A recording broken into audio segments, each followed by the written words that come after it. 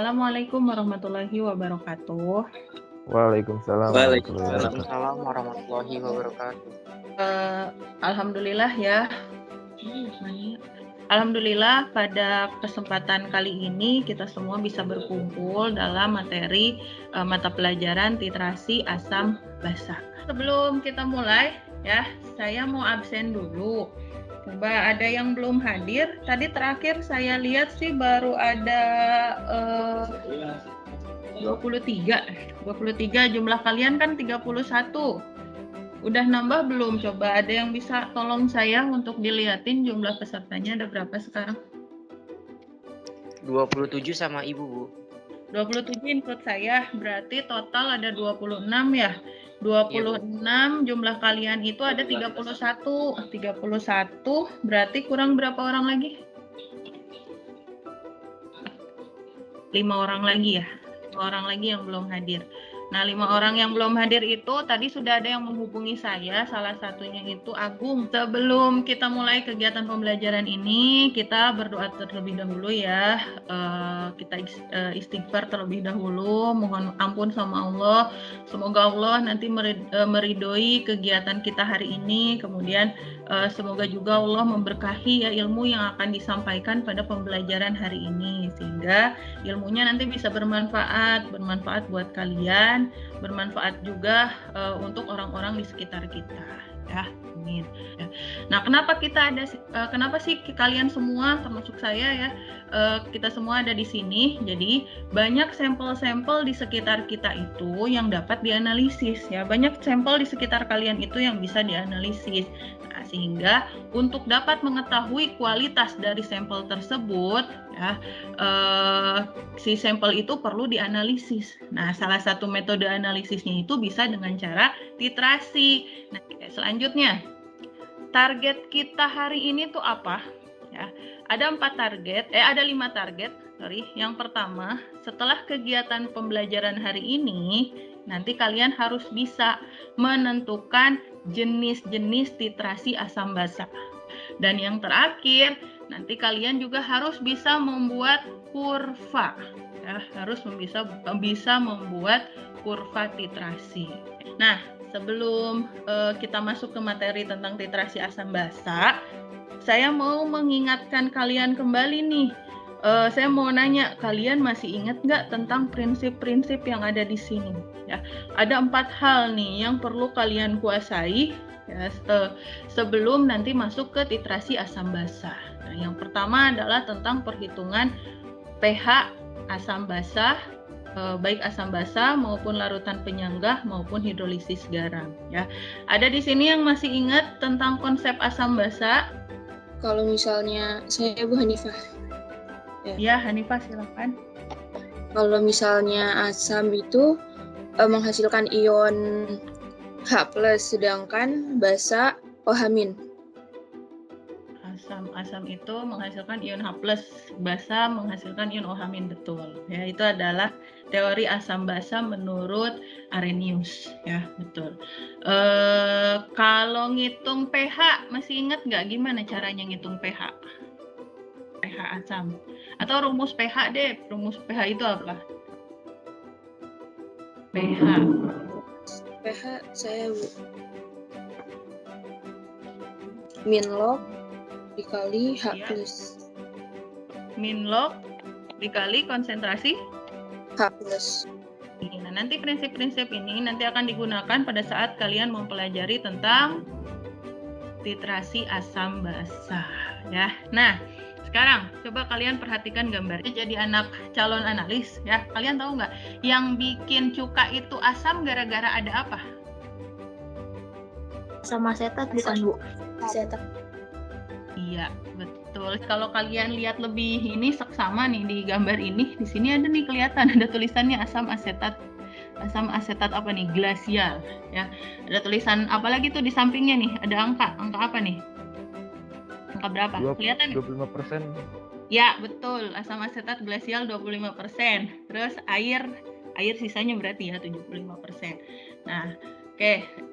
Ini adalah si cuka. Nah, sekarang dari gambar yang tadi ya, nah kalian sebagai seorang calon analis ya dari gambar yang tadi saya berikan, kira-kira kalau kita mau rumuskan suatu permasalahan ya, apa sih yang bikin kalian ada nggak hal yang bikin kalian penasaran dari gambar ini? Saya, Bu. Ya, siapa? Pak Is. Pak Is, apa Pak Is? Saya mau nanya, di botol tadi kan ada ini tulisan, ini botolnya kok hilang? Ini.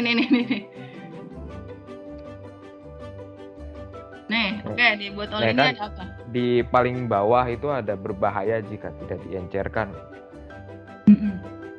Emang kalau masih kalau belum encer, kenapa, Bu? Bu, Hanifah mau nanya. Iya. Untuk yang misalnya tanggal expired itu untuk cuka ada juga nggak, Bu? Oh, apakah ada gitu? Adakah? Dan untuk menentukannya itu kayak gimana? Dan bagaimana untuk menentukannya gitu? Kalian kan analis, ngelihat ada ini di gambar ini ada cuka. Nah, apa nih kira-kira yang mau kalian telusuri? Nah, itu ada yang udah saya lingkari tuh, itu buat clue aja. Konsentrasinya bukan, Bu? Komposisinya, Bu. Iya, kenapa? Gimana? Siapa yang mau menyampaikan? Naila. Naila gimana? Komposisinya. Jadi apa gitu? Apa komposisi gitu? Berapa komposisinya yang ada dalam cuka? Berapa komposisi? Komposisi siapa nih? Di dalam cuka kan ada apa aja tadi? Ada asam asetat sama air apa? Ya, kira-kira apa nih yang bikin kamu penasaran? Asam asetatnya atau airnya? Dua-duanya. Terus gimana caranya imbanginnya? Karena kan beda komposisinya pasti kan. Asam asetat dengan air. Dengan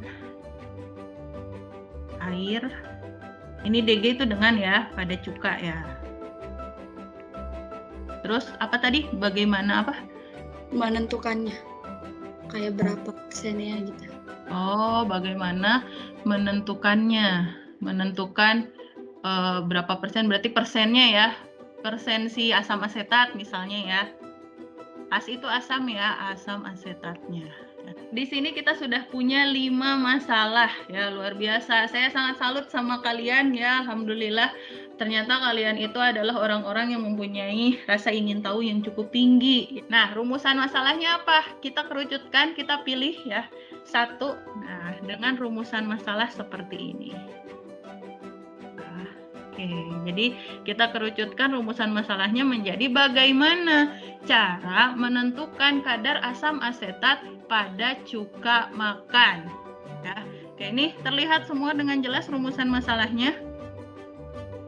Terlihat, Bu.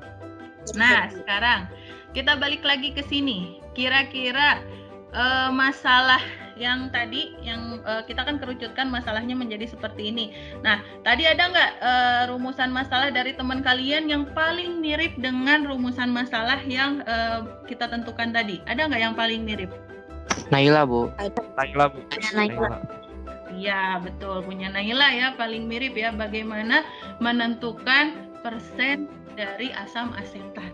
Nah, kalau masalah yang lain yang dirumuskan sama Pak Is, Hanifah, Albani, dan Wiki itu bagus-bagus ya, tapi pada pembelajaran ini kita kerucutkan di yang ini ya, yang tadi Naila rumuskan ya. Bagaimana cara menentukan kadar asam asetat pada cuka makan. Nah, paham? Jadi kita kunci ya rumusan masalahnya ya menjadi ini. Bagaimana cara menentukan kadar asam asetat pada cuka makan. Nah, nih diingat-ingat ya rumusan masalahnya. Kenapa harus diingat-ingat? Karena masalah yang kalian susun tadi, masalah yang tadi kalian rumuskan itu harus dicari solusinya ya. Yang namanya masalah harus dicari solusinya. Nah, loh. Gimana cara mencari solusinya? Cara mencari solusinya itu untuk mencari solusinya bisa kalian pelajari dari bahan ajar yang tadi sudah saya berikan ya, udah dibuka bahan ajarnya ya, atau kalian juga bisa buka buku paketnya, kalian pelajari, kemudian kalian buka juga LKPD-nya. Nah, dibuka LKPD-nya. Nanti silakan kalian diskusikan ya. Dari LKPD itu kalian nanti bisa menuntun kalian untuk mencari solusi dari rumusan masalah yang tadi sudah dibuat ya, seperti ini. Nah, untuk diskusinya nanti secara berkelompok. Diskusinya itu nanti secara berkelompok ya. Kita rumuskan hipotesis ya. Keren banget. Kelas ini bisa merumuskan hipotesis. Biasanya merumuskan hipotesis itu siapa? Ilmuwan-ilmuwan ya. Nah, saya doakan ya kalian nanti jadi ilmuwan-ilmuwan di bidang kimia atau bidang apapun yang bermanfaat buat masyarakat. Kira-kira apa sih kalian menduga ya, kira-kira dugaan kalian jawaban dari bagaimana cara menentukan kadar asam asetat pada cuka makan adalah siapa yang mau jawab? Jadi yang pertama itu menggunakan titrasi penetapan kadar alkalimetri dengan larutan basahnya itu larutan standarnya itu larutan basah. Dah, ya silakan berbicara. Kalau untuk menentukan kadar cuka makanan itu menggunakan titrasi asam basa atau netralisasi dengan indikator PP. Ya, oke. Dua hipotesis ini kita kunci ya. Nah, sekarang waktunya kita membuktikan benar nggak sih dugaan dari Kaila dan Naila ini. Oke, ya, coba kita buktikan betul atau tidak. Pertama, kita bahas tentang titrasi asam basa. Apa prinsip dasar dari titrasi asam basa? Reaksi apa?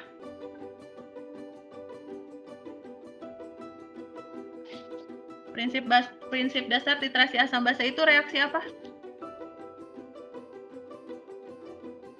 Reaksi antara asam dan basa yang terjadinya perubahan pH antara keduanya.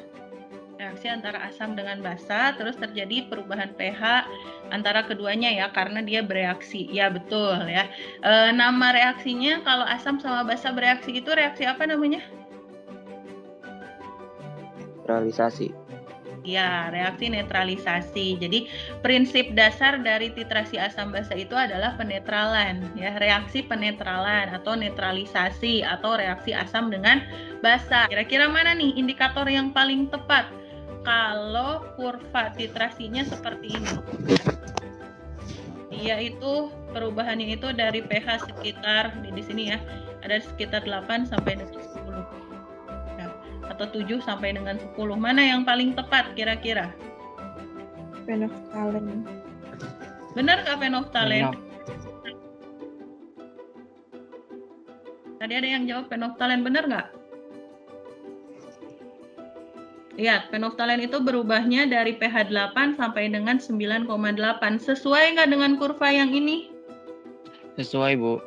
Sesuai. Ya, jadi kesimpulannya tadi indikator yang digunakannya itu adalah indikator phenylephthalate. Ya, oke, selesai pembahasan kita hari ini. Ya, jadi kalian sudah belajar banyak hal. Ada tadi kan tujuan target kita ada 5 ya. Target kita ke 5-5-nya tercapai apa enggak? Mana tadi targetnya? Kita punya 5 target ini. Tercapai nggak? Menentukan jenis titrasi asam basa. Kalian tadi udah belajar jenis titrasi asam basa belum?